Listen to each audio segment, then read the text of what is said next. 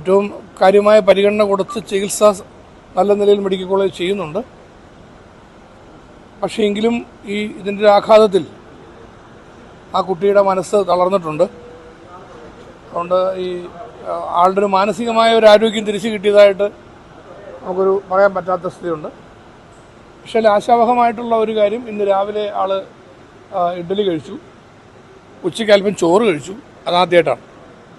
അപ്പോൾ അങ്ങനൊരു ഇമ്പ്രൂവ്മെൻറ്റ് ഇന്ന് കുട്ടിയുടെ ഉണ്ടായതായിട്ടാണ് ഒരു കൂട്ടിരിപ്പിനുള്ള ബന്ധുക്കൾ പറഞ്ഞത്. പിന്നെ ഇപ്പം ഞങ്ങൾ നോക്കിയപ്പം നമ്മുടെ സൂപ്രണ്ട് ഡോക്ടർ ടിജിയും പ്രിൻസിപ്പൽ ഡോക്ടർ ഉൾപ്പെടെ ഉണ്ടായിരുന്നു. അവർക്കൊരു കൊച്ചിൻ്റെ മാനസികമായ ഒരു ആരോഗ്യം കൂടി നമുക്ക് വീണ്ടെടുക്കുക എന്നുള്ളതാണ്. അപ്പോൾ സൈക്കാട്രിക് ചീഫിനെ ഇപ്പോൾ ആ കാര്യത്തിൽ ചുമതലപ്പെടുത്തിയിട്ടുണ്ട്. അദ്ദേഹത്തിൻ്റെ യൂണിറ്റും പ്രത്യേകമായി ഇക്കാര്യങ്ങൾ സംബന്ധിച്ച് കുട്ടിയുടെ ആയിട്ട് സംസാരിക്കുക, ആ ഒരു ടെസ്റ്റ് ബന്ധപ്പെട്ട കാര്യങ്ങൾ ചെയ്യും. ചികിത്സയുമായി ബന്ധപ്പെട്ട കാര്യങ്ങളെല്ലാം സൂപ്രണ്ട് ഡോക്ടർ ടിജിയെ ചുമതലപ്പെടുത്തിയിട്ടുണ്ട്. അദ്ദേഹം അതുപോലെ പ്രിൻസിപ്പൽ ഡോക്ടർ രണ്ടുപേരും അത് കോർഡിനേറ്റ് ചെയ്ത് എല്ലാ കാര്യങ്ങളിലും ചികിത്സ കുറവ് കൂടാതെ കൃത്യമായി ചെയ്യാനുള്ള കാര്യങ്ങൾ ചെയ്തിട്ടുണ്ട്.